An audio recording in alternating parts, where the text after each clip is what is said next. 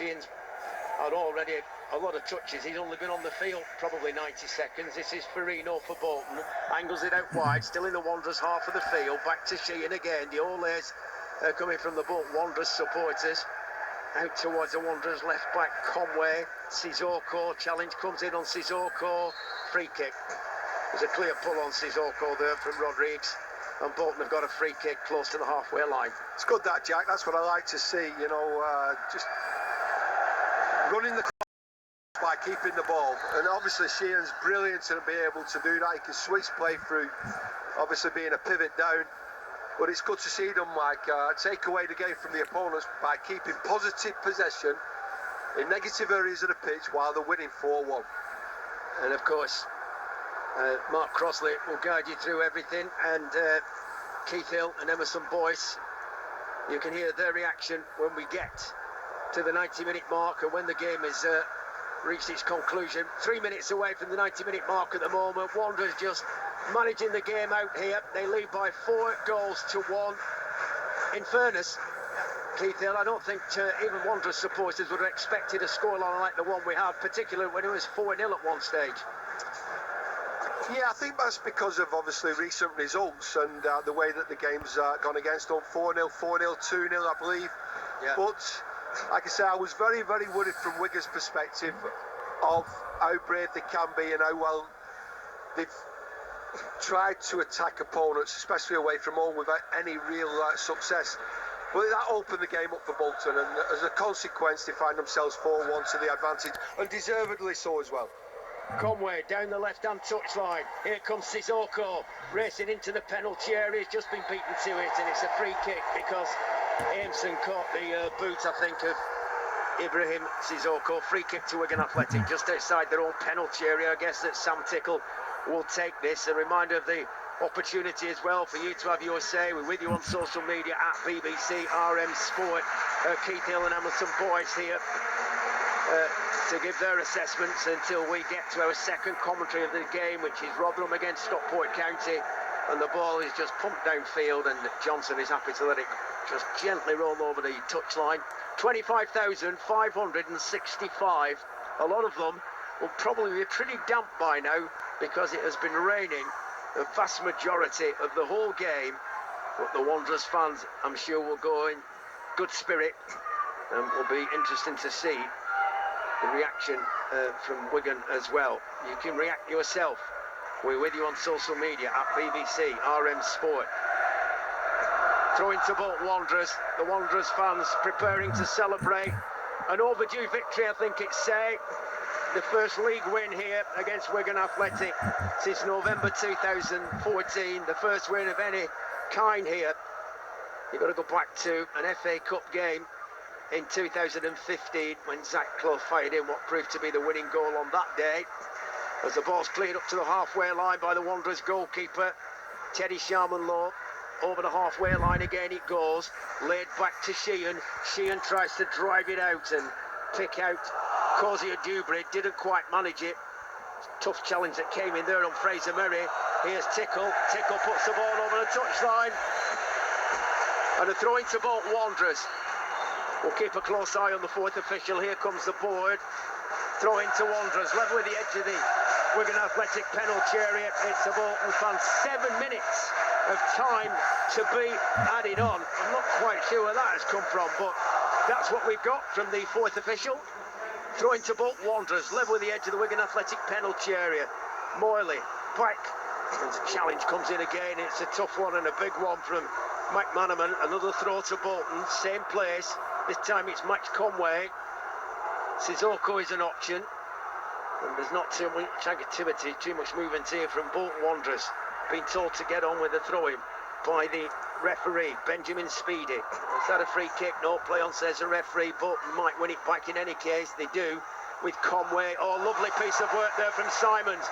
Lays it off wide to the right-hand side. Dacres Cogley just back heels the ball towards Sheehan. Sheehan and Cogley exchange passes. Eventually it goes out to Kozia Dubry, back infield to Sheehan. Sheehan square again, coming back to the halfway line to Chris Farino. Sheehan further forward this time. Simons back to Sheehan. Those two entertaining the Wanderers supporters. Moyley's getting in on the act as well, but Sheehan controls the possession once more, and he's coming deeper towards Johnson. Johnson sprays it out towards Conway. Big tackle comes in on Conway. Johnson will be needed again here for Bolton Wanderers. He scoops it up over the halfway line, and it might fall for Dolby. Two players running inside the penalty area, and it goes back to Sam Tickle, the Wigan Athletic goalkeeper. It's clearance over the halfway line, but picked up again by Wigan Athletic. This is Callum Wright with space to attack. Lays the ball into towards the edge of the penalty area.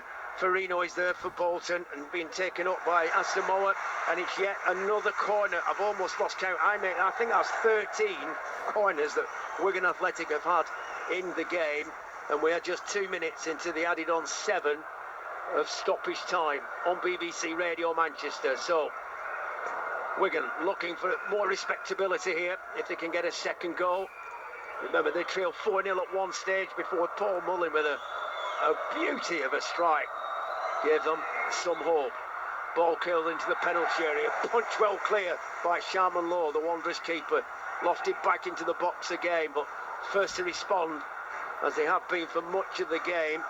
Wanderers cleared it away. It was Sam Dolby's header. Here come Wigan Athletic towards the byline. That's another corner. 14 corners that Wigan Athletic have produced in this game.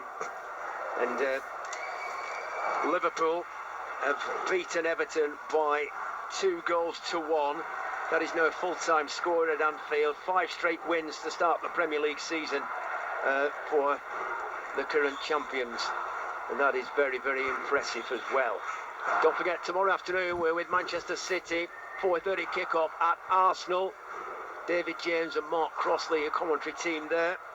And another corner to Wigan, which was, I suppose you've got to give Bolton some credit for the defensive work, Keith. If they've defended 14 corners, that takes some doing on its own, doesn't it? Farino's been instrumental in defending the corners. I mean, but again, this is better from Wigan into the penalty area towards the far post. Who's going to get the final touch? It's Chris Farino, who just smashed the clearance over the touchline just as well. A couple of Wigan players were closing in. Superb again, in the centre of the pitch, right between the sticks. He's defending everything, putting his body on the line. But with respect to Wigan's corners, you know, you've got to really go beyond Farino. He's a central pivot. In the centre of the pitch, he's there specifically to head the ball clear. Yeah, exactly, but to be fair to him, I mean, it's like he's had a magnet attached to his head. He's done brilliant. He's absolutely done brilliant. And again, I like the way that he's accepted the challenge from Toll. Toll being the team captain, sat on the bench today. Yep. Farino's been magnificent again today. Throwing to Bolton Wanderers, level with the edge of their own penalty area, up towards the halfway line.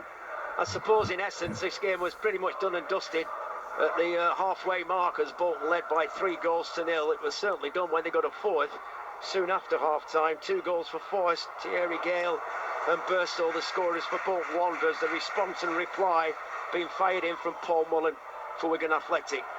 And this clearance has been fired down the pitch by Sam Tickle. Missed by Dacus Cogley, runs out towards the left-hand side, collected by Asamoah.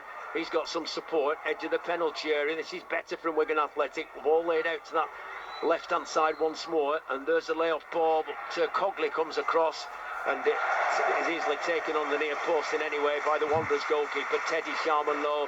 We've had 5 minutes of the added on 7, as Ryan Lowe just walks back despondently, just trawling around that technical area, hands in his pockets. It won't be a happy afternoon for Ryan Lowe.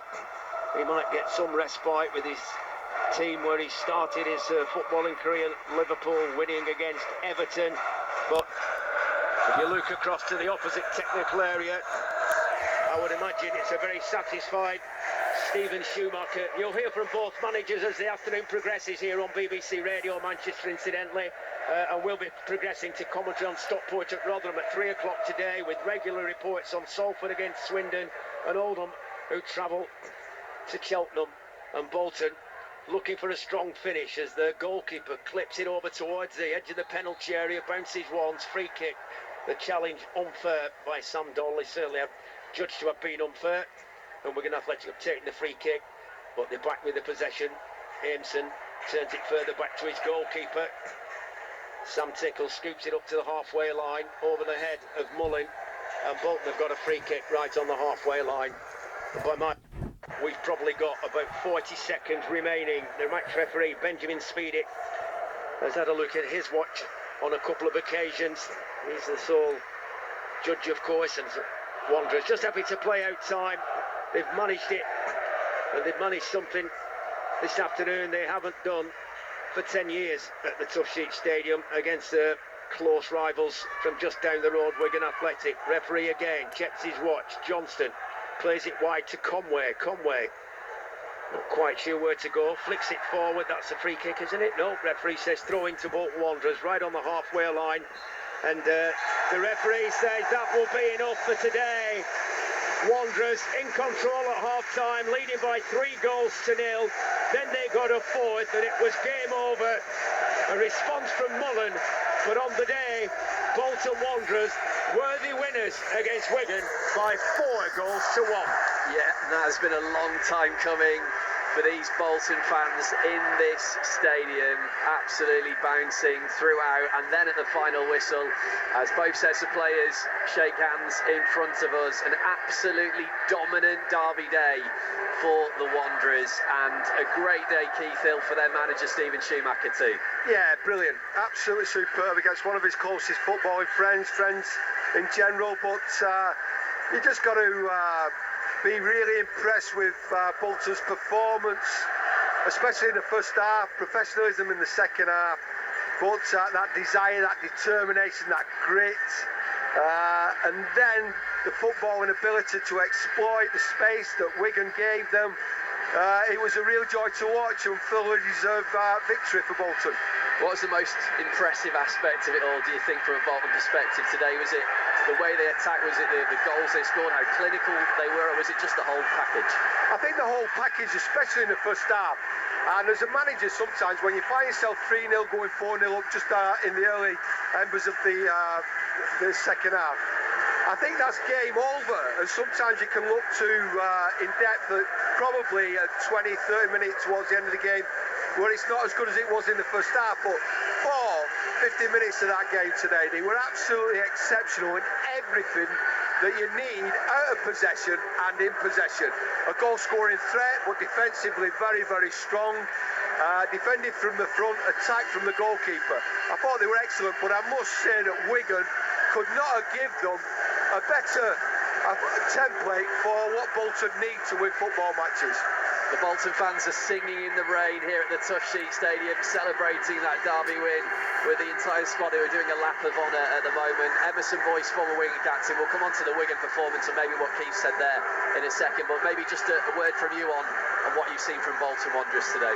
Yeah, Bolton played really well. As I said, Wigan probably gave them the opportunity to play well, especially Gale and the two.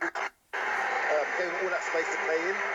It's much better second half performance by Wigan, but you've got to give credit to Bolton. They dominated the game.